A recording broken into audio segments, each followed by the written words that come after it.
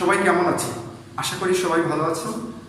এই সংকটময় পরিস্থিতিতে ভালো থাকতে হলে, সুস্থ থাকতে হলে আমাদের প্রত্যেককে ঘরে থাকতে হবে।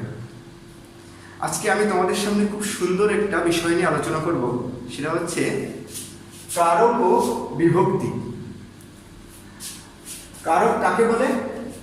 কারক বাক্যস্থিত ক্রিয়াপদের সাথে নামপদের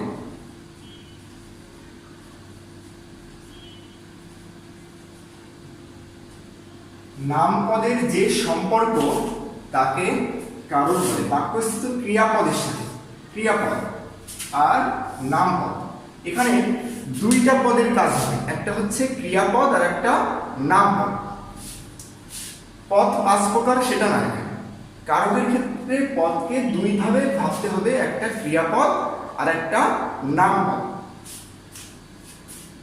বাক্যস্থিত ক্রিয়াপদের সাথে নামপদের যে সম্পর্ক তাকে কারক বলে। কারক কত প্রকার? 6 প্রকার। কি কি? যথা কর্তৃকারক, কর্মকারক, করণকারক, সম্প্রদানকারক, অপাদানকারক, অধিকরণকারক। এই কারক 6 প্রকার মনে রাখতে হবে। 1 কর্তৃকারক, 2 কর্মকারক, 3 করণকারক, 4 সম্প্রদানকারক, 5 অপাদানকারক, 6 অধিকরণকারক। আমরা একটা উদাহরণ দেখি। বাদশাহ নাসিরউদ্দিন প্রত্যহ সকালে রাজকোষ হতে স্বহস্তে দরিদ্রদেরকে অর্থ দান করতেন। বাদশাহ নাসিরউদ্দিন একজন ব্যক্তি প্রত্যহ সকালে রাজকোষ হতে স্বহস্তে দরিদ্রদেরকে অর্থ দান করতেন। অনেকগুলো পদ আছে এই বাক্যের মধ্যে।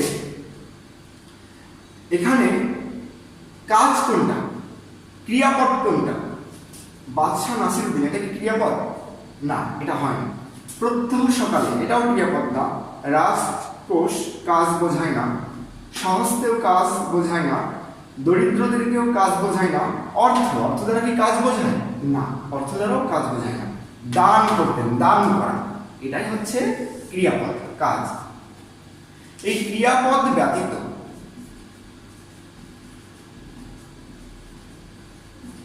অন্যান্য যে পদগুলো আছে সব পদকে কি বলে? নামপদ বলে। ক্রিয়াপদ ব্যতীত অন্যান্য সব পদই হচ্ছে নামপদ। আমরা সবসময় এই ক্রিয়াপদকে প্রশ্ন করব। ক্রিয়াপদকে প্রশ্ন করলে যে উত্তর পাওয়া যাবে সেইগুলোই এক একটা কারক। ক্রিয়াকে যখন কে বা কারা দ্বারা যখন প্রশ্ন করব তখন সেটা কি হবে? কর্তৃকারক। দান করতেন, কে দান করতেন? বাদশাহ নাসিরউদ্দিন দান করতেন। তাহলে কে দ্বারা যদি আমি ক্রিয়াকে যদি প্রশ্ন করি তাহলে উত্তর আসছে এখানে বাদশাহ নাসিরউদ্দিন। তাহলে এই বাদশাহ নাসিরউদ্দিন কি? এই বাদশাহ নাসিরউদ্দিন হচ্ছে কর্তৃকারক।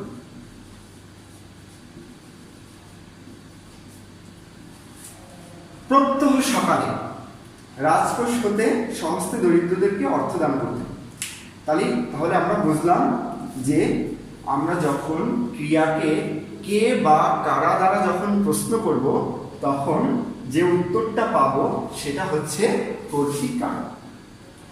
পরেরটা বুঝি। এরপরে কি দ্বারা যদি প্রশ্ন করি, কি বা কাকে দ্বারা যদি প্রশ্ন করা হয় তখন সেটা কি হবে? কর্মকারক। কি বা কাকে? আমরা তাহলে ক্রিয়াপদকে প্রশ্ন করি, কি দান করতেন? অর্থ দান করতেন। এই অর্থ, অর্থটা কি এখানে? অর্থ হচ্ছে কর্মকারক, এটা হচ্ছে কর্মকারক। তাহলে কর্তৃকারক কি, কে বা কারা দ্বারা প্রশ্ন করলে, কর্মকারক কি বা কাকে দ্বারা প্রশ্ন করলে, কি দ্বারা, কি দ্বারা মানে কোনো যন্ত্র বোঝাচ্ছে, কোনো কিছু বোঝাচ্ছে যার মাধ্যম দিয়ে, যাকে আশ্রয় করে কর্তা কাজ করছে এমন বোঝাচ্ছে, তাহলে সেটা কি হবে? করণকারক। যখন আমরা ক্রিয়াপদকে কি দ্বারা যখন প্রশ্ন করব তখন যে উত্তরটা পাবো সেটা হচ্ছে করণকারক। তাহলে আমরা প্রশ্ন করি, কি দ্বারা দান করতেন? স্বহস্তে, স্বহস্তে কি দ্বারা? স্বহস্তে দান করতেন। কোন মাধ্যমে দান করতেন? এই স্বহস্তে, হাতের মাধ্যমে। তাই এটা হচ্ছে করণ কারক। এটা হচ্ছে করণ কারক। এরপর ক্রিয়াকে কাকে দ্বারা প্রশ্ন করলে সম্প্রদান কারক হয়? আমরা আগে জেনেছি ক্রিয়াকে কি বা কাকে দ্বারা যখন প্রশ্ন করা হয়েছে, কি বা কাকে দ্বারা যখন প্রশ্ন করা হয়েছে তখন সেটা কর্মকারক। কর্মকারকের ক্ষেত্রেও কাকে দ্বারা প্রশ্ন করা হয়, আবার সম্প্রদান কারকের ক্ষেত্রেও কাকে দ্বারা প্রশ্ন করা হয়। কিন্তু সম্প্রদান কারকে যখন কাকে দ্বারা প্রশ্ন করা হবে তখন সত্য ত্যাগ হবে, মানে মালিকানা ত্যাগ হবে। সেই বস্তুর প্রতি আর কোনো দাবি থাকবে না। দান একেবারে নিঃস্বার্থভাবে দান বোঝাবে। যখন কোনো কিছু নিঃস্বার্থভাবে কাউকে দান করা হবে তখন যে ব্যক্তি দান পাবে সেই ব্যক্তি হচ্ছে সম্প্রদান কারক। তাহলে প্রশ্ন করি, ক্রিয়াকে কাকে দান করতেন? দারিদ্রদেরকে দান করতেন, দরিদ্রদেরকে দান করতেন। তাহলে এই দরিদ্ররা হচ্ছে সম্প্রদান কারক, সম্প্রদান কারক। এরপরে কোথা হতে, কোথা থেকে যদি প্রশ্ন করা হয়, ক্রিয়াপদকে যদি কোথা হতে, কোথা থেকে দিয়ে যদি প্রশ্ন করা হয় তাহলে অপাদান কারক পাওয়া যাবে। তা ক্রিয়াপদকে আমরা প্রশ্ন করি, কোথা হতে দান করতেন? কোথা হতে দান করতেন? রাজকোষ হতে। এই রাজকোষ, এই রাজকোষ হচ্ছে অপাদান কারক।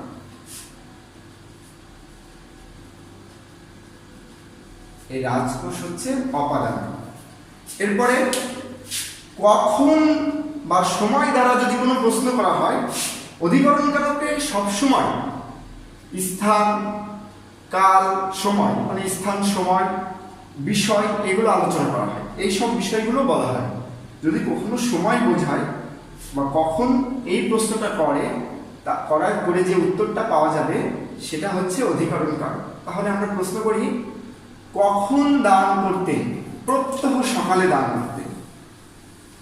তাহলে এটা কি হবে? এটা অধিকরণ কারক, অধিকরণ কারক। তাহলে এটা আমরা বুঝলাম, কে বা কারা দিয়ে যখন প্রশ্ন করা হবে যে উত্তর পাওয়া যাবে সেটা কর্তৃকারক। কি বা কাকে দ্বারা প্রশ্ন করলে কর্মকারক। কি দ্বারা প্রশ্ন করলে দ্বারা, এখানে কি দ্বারা, কার মাধ্যম এটা বোঝাচ্ছে। কি দ্বারা যখন প্রশ্ন করা হবে তখন করণ কারক বোঝাবে। কাকে, কাকে প্রশ্ন করা হবে কিন্তু সেটা সত্য ত্যাগ, নিঃস্বার্থভাবে যে দান করা হবে সেটা হচ্ছে সম্প্রদান কারক। কোথা হতে, কোথা থেকে দিয়ে যখন প্রশ্ন করা হবে তখন সেটা অপাদান কারক। কখন, সময়, কখন দিয়ে যখন প্রশ্ন করা হবে তখন সেটা অধিকরণ কারক হবে।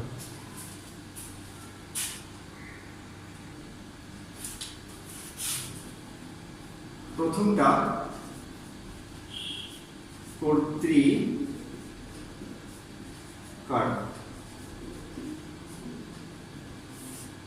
কর্তৃকারকে যে কাজ করে, যে কাজ করে, অর্থাৎ যে কর্তা সেই হচ্ছে কর্তৃকারক। আমরা আগে দেখছি কি বা কে বা কাকে দ্বারা প্রশ্ন করা হয়, কে বা কাকে দিয়ে প্রশ্ন করা হয়, দিয়ে প্রশ্ন করা হয়। যেমন রহিম বল খেলে, রহিম বল খেলে। তাহলে এখানে কাজ করতে ক্রিয়া কোনটা? খেলা।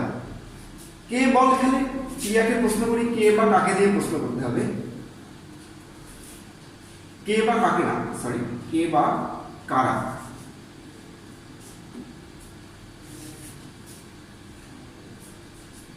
রহিম বল খেলে, কে বল খেলে? রহিম বল খেলে। তাহলে এখানে রহিমটা হচ্ছে কর্তৃকারক। যেমন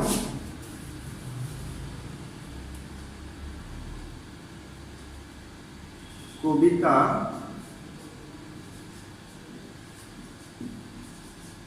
বই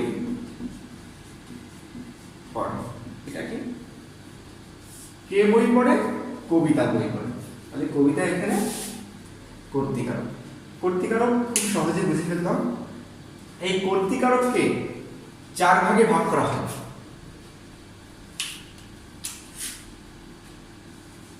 কর্তৃকারককে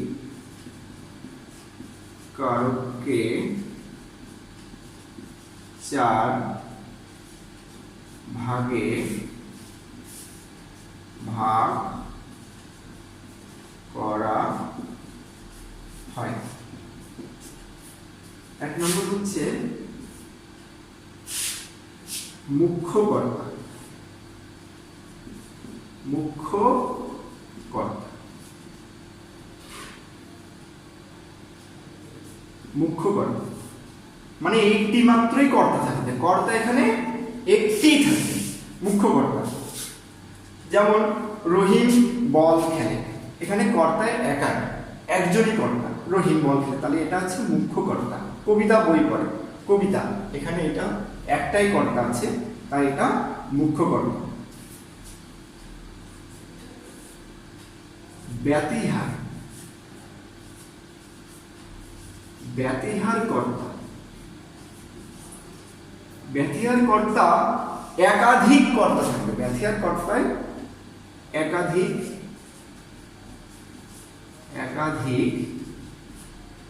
কর্তা থাকবে। যেমন রাজায় রাজায় লড়াই, রাজায় রাজায় লড়াই, এটা হচ্ছে রাজায় রাজায় লড়াই, 2টা কর্তা আছে। মানে একাধিক কর্তা হলে তখন সেটা হবে ব্যতিহার কর্তা। এরপর আরেকটা ইম্পর্টেন্ট বিষয়, সেটা হচ্ছে মা শিশুকে চাঁদ দেখাচ্ছে।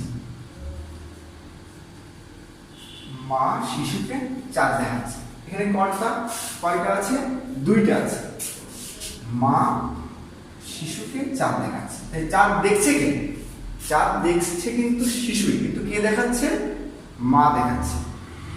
তাহলে এখানে যেহেতু মা দেখাচ্ছে, তাই মা হচ্ছে যে দেখাবে সে হবে প্রযোজক কর্তা,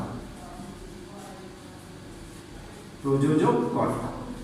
আর যে দেখবে সে হচ্ছে প্রযোজ্য কর্তা। যেমন শিক্ষক ছাত্রদের পড়াচ্ছে, শিক্ষক ছাত্রদের পড়াচ্ছে, এখানে শিক্ষক ছাত্রদের পড়াচ্ছে, ছাত্ররাই কিন্তু মেইন পড়ছে, কাজ কিন্তু করছে ছাত্ররাই, কিন্তু শিক্ষক ছাত্রদেরকে পড়াচ্ছে। তাহলে যে কাজ করাবে তিনি হচ্ছে প্রযোজক। তাহলে এখানে শিক্ষক হচ্ছে প্রযোজক আর ছাত্ররা হচ্ছে প্রযোজ্য।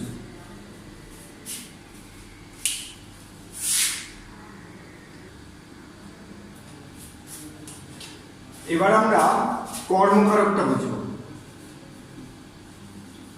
কর্মকারক, কর্মকারক হচ্ছে ইংরেজিতে অবজেক্ট, যাকে আশ্রয় করে কর্তা কার্য সম্পাদন করে সেটাই হচ্ছে কর্মকারক। যাকে আশ্রয় করে, যাকে আশ্রয় করে কার্য সম্পাদন করে সেটাই হচ্ছে কর্মকারক। এখানে কি বা কাকে দ্বারা প্রশ্ন করা হয়, কি অথবা কাকে দ্বারা প্রশ্ন করা হয়,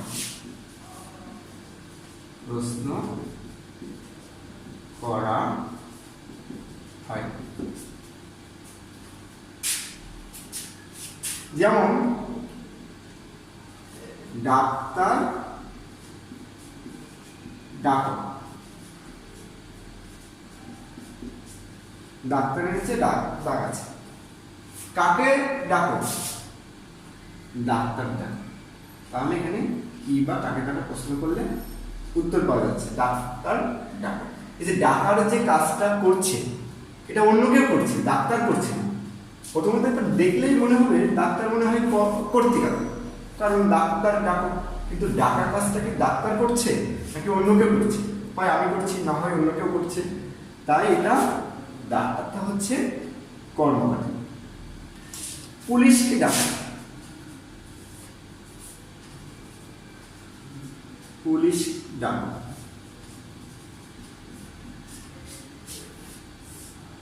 এটা পুলিশ হচ্ছে কর্মকারী।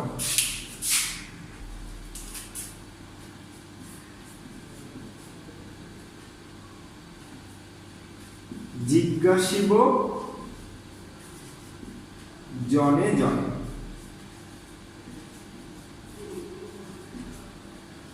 জিজ্ঞাসিব জনে জনে, জনে জনে হচ্ছে এখানে কর্মকার।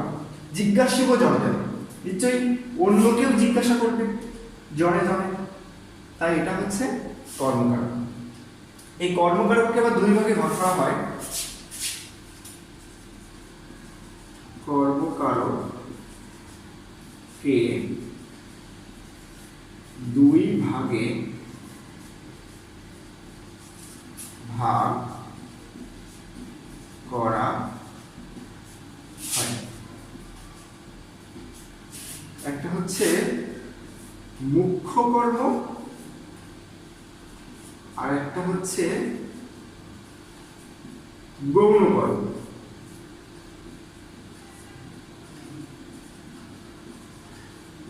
মুখ্য কর্মে বস্তুবাচক,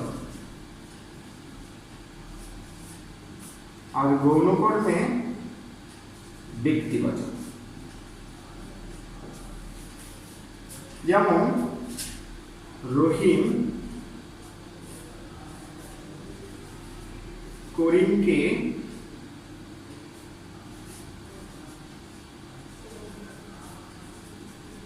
উপহার দিল।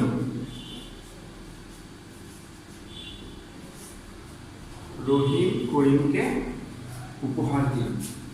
তাহলে এখানে এখানে কাজ করলাম, দেওয়া কাজ দিল। তাহলে কি দিল? উপহার দিল। কি দ্বারা যদি প্রশ্ন করা হয় তাহলে কি পাচ্ছি আমরা? এখানে উপহার পাচ্ছি। তাহলে এটা হচ্ছে কর্মকার।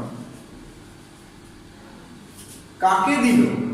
করিমকে দিল, এটাও কর্মকার।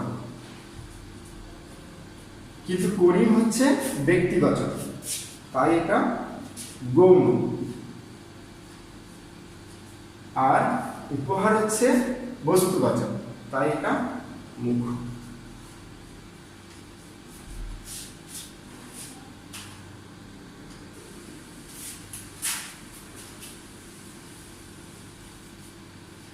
এরপর হচ্ছে করণ কারক।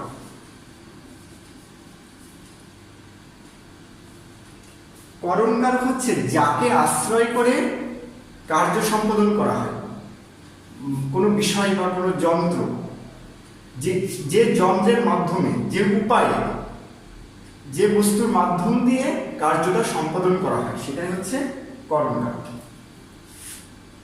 কি দ্বারা প্রশ্ন করা হয়? যন্ত্র বা উপায়।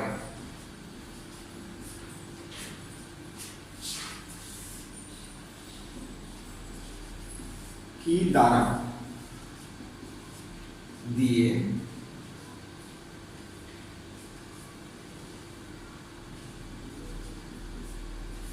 প্রশ্ন করা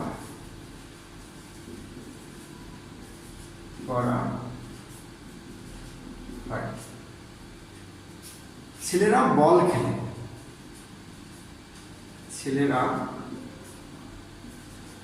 বল খেলে। ছেলেরা কি দ্বারা খেলে? বল দ্বারা খেলে। বল দ্বারা খেলে, বল পর খেলা যায়, বল দ্বারা খেলে, তাই এটা হচ্ছে করণকার। আমরা